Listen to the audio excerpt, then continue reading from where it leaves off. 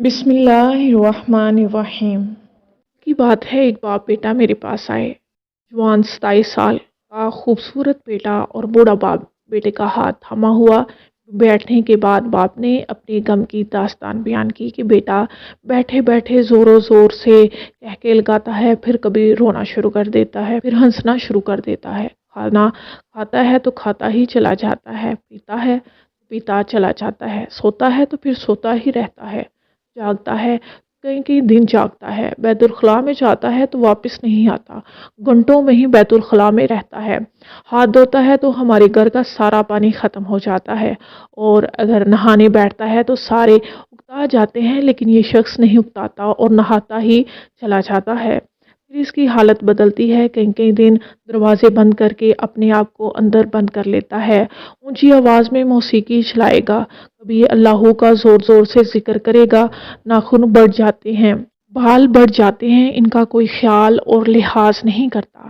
اس کا وجود ہمارے لیے بوجھ بن گیا ہے۔ ہمارا بیٹا ہے، ہماری آسوں اور امیدوں کا چراغ ہے، لیکن ہم بے بس ہو گئے ہیں۔ بہت زیادہ عام لوگوں کے پاس، بابوں کے پاس اور جگہ جگہ ڈاکٹر سے نفسیاتی علاج کروائے، کوئی نہ شاید ایسا ہوگا جہاں ہم نہ پہنچے ہوں گے، لیکن یہ شخص صحت یاب نہیں ہو رہا۔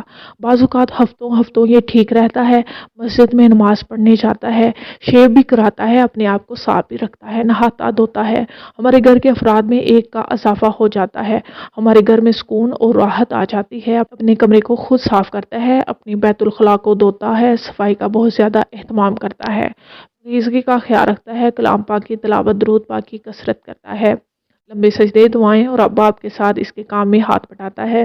یہ کیفیت بہت تھوڑی دیر ہوتی ہے، چند دن بعد یا زیادہ سے زیادہ ایک ہفتے، لیکن اس کی ہیجانی اور طوفانی کیفیت بہت شدید ہوتی ہے۔ اس ہیجانی اور طوفانی کیفیت میں یہ اپنا سب کچھ بھول جاتا ہے، اور یہ صرف درندوں جیسی حرکتیں کرتا ہے کہ شاید یہ سب کو کھا جائے گا۔ ہم نے گھر کی ساری چھریاں چھپا کر رکھی ہوئی ہیں۔ اس نے کئی دفعہ چھریوں کے وار کیے اور والدہ کو زخمی کیا، کئی مرتبہ خود کو بھی زخمی کیا۔ بلیڈ اس سے دور رکھے ہیں، کینچی، نوکدار اشیاء، حتیٰ کہ سوئیاں بھی گھر میں نہیں رکھی۔ کوئی نوکدار چیز اس کے ہاتھ میں آ جائے تو خود بھی مارتا ہے، گھر والوں کو بھی مارتا ہے۔ اس کے جسم کی طاقت بہت بڑھ جاتی ہے، کوئی بھی اس کو سنبھال نہیں سکتا۔ اس کے اندر نامعلوم یہ طاقت کہاں سے آ جاتی ہے، حالانکہ یہ کئی کئی دن کا بھوکا ہوتا ہے اور کئی کئی دن کا پیاسا ہوتا ہے۔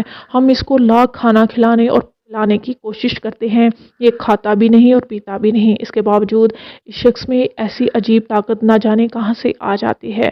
وہ بوڑھا مجھے یہ بات سناتے ہوئے غمزدہ ہو گیا۔ اس کی آنکھوں سے آنسو گر رہے تھے۔ میں نے فوراً ٹیشو دیا، پھر دوسرا ٹیشو دیا، پھر 2 ٹیشو ڈبل کر کے دیے۔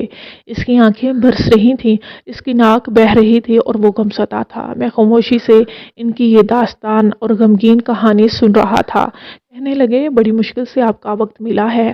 ہمیں پہلے تو احساس ہوا کہ شاید آپ آرام میں رہتے ہیں، لیکن جب آپ کی ہر طرف سے خبریں سنی اور حالات دیکھے تو پتہ چلا آپ مغرور نہیں، مجبور ہیں اور بے بس ہیں۔ آخر آپ بھی تو انسان ہیں۔ اس کی بات ختم ہی نہیں ہو رہی تھی، وہ اپنے غم کی کہانی اور داستان سنا رہا تھا۔ اسی بیٹے کا غم لیتے لیتے، سہتے سہتے وہ خود بے شمار بیماریوں میں مبتلا تھا، لیکن اس کے بیٹے کا غم خود اتنا تھا کہ وہ حیران اور پریشان تھا۔ بیٹے کے غم کی وجہ سے شوگر، ہائی بلڈ پریشر، پٹھوں کی کمزوری، اعصابی کشاؤ، یادداشت بالکل ختم ہو چکی تھی، نیند اس سے کوسوں دور تھی، کچھ کھایا پیا ہضم نہیں ہوتا تھا، وہ سیڑھیاں نہیں چڑھ سکتا تھا، اس کی سانس پھول جاتی تھی اور احساس ہو رہا تھا کہ اس کا دل اس کا ساتھ چھوڑ رہا ہے، لیکن وہ سارے غم بھول کر صرف بیٹے کے غم کو لیے بیٹھا تھا۔ جب اس کی بات ختم ہوئی تو میں نے اس سے پوچھا، آپ کا کیا خیال ہے کہ آپ کے بیٹے کی مسائل کی وجہ کیا ہو سکتی ہے؟ کہنے لگا کہ کوئی جادو کہتا ہے، کوئی جنات کہتا ہے، کوئی کالا علم، سفلی علم کہتا ہے، کوئی بندش، کوئی نظر بد، کوئی شیزوفرینیا، کوئی نفسیاتی الجھنیں، کوئی ٹینشن، کوئی ڈپریشن، لیکن مجھے ان سب کی جو اصل وجہ نظر آ رہی ہے وہ یہ کہ پورے 11 سال میرا بیٹا دن رات موبائل اور انٹرنیٹ سے ایسا جڑا کہ دن اور رات یہ انٹرنیٹ اور موبائل میں ڈوبا رہتا تھا، حتیٰ کہ ساری رات کمرہ اندر سے بند کر کے یہ انٹرنیٹ استعمال کرتا رہا۔ نامعلوم کیا کرتا تھا، بس جس دن سے یہ انٹرنیٹ کے ساتھ جڑا ہے میں نے اس کے حالات اور کیفیات جو بدلتے دیکھا ہے، آخرکار دن رات کے انٹرنیٹ اور کیفیات نے اس کو اس حال تک پہنچا دیا۔ ماہرین میں اس باپ کے ان لفظوں کو سنبھالا اور سچائی کی مہر لگائی کہ یقیناً وہ سچ کہہ رہا ہے، نہ جادو ہے، نہ جنات ہیں، نہ سفلی علم نہ نظربد ہے، صرف اور صرف انٹرنیٹ کا منجال ہے اور یہ انٹرنیٹ کے داغ ہیں۔ انٹرنیٹ تو بری چیز نہیں تھی، لیکن جہاں کہیں خیر ہوتی ہے وہاں شر بھی ہوتا ہے۔ ہم نے انٹرنیٹ کے شر میں ایسا شر تلاش کیا کہ اس شر نے ہمارے پل پل کو ادھیڑ دیا اور ہماری زندگی کو بے رونق بنا دیا اور ہمارے حالات کو زمانے سے دور اور جدا کر دیا۔ ناظرین، یہ انٹرنیٹ کا صلہ اور ثمر ہے جو اس جوان کی زندگی میں دیکھ رہے اور اس جوان کی زندگی کا پل پل ویران ہے۔ آپ کے پاس کوئی اس کا علاج ہے؟ اور کیا آپ اپنی نسلوں کو چاہتے ہیں کہ وہ ایسے ہو جائیں؟ آپ خود ایسا ہونا چاہتے ہیں؟ نہیں تو پھر میری اپیل اور میری درخواست ہے کہ انٹرنیٹ اور موبائل کی دنیا کو احتیاط سے لے کر چلیں۔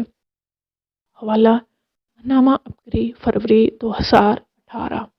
چلیں جی، اب ویڈیو کو ختم کرتے ہیں۔ اگر کسی بات کی آپ کو سمجھ نہ آئے تو ضرور پوچھ لیجئے گا۔ شیخ الوظائف کی کون سی کتاب سے یہ ویڈیو لی گئی ہے، آپ مجھ سے یہ بھی پوچھ سکتے ہیں۔ میں اپنی ویڈیو کو اور زیادہ بہتر کیسے بناؤں، آپ مجھے مشورہ بھی دے سکتے ہیں۔ ایسی مزید ویڈیوز دیکھنے کے لیے اس چینل کو سبسکرائب کر کے ضرور جائیے گا۔ ملتے ہیں اگلی ویڈیو میں، تب تک کے لیے اللہ حافظ۔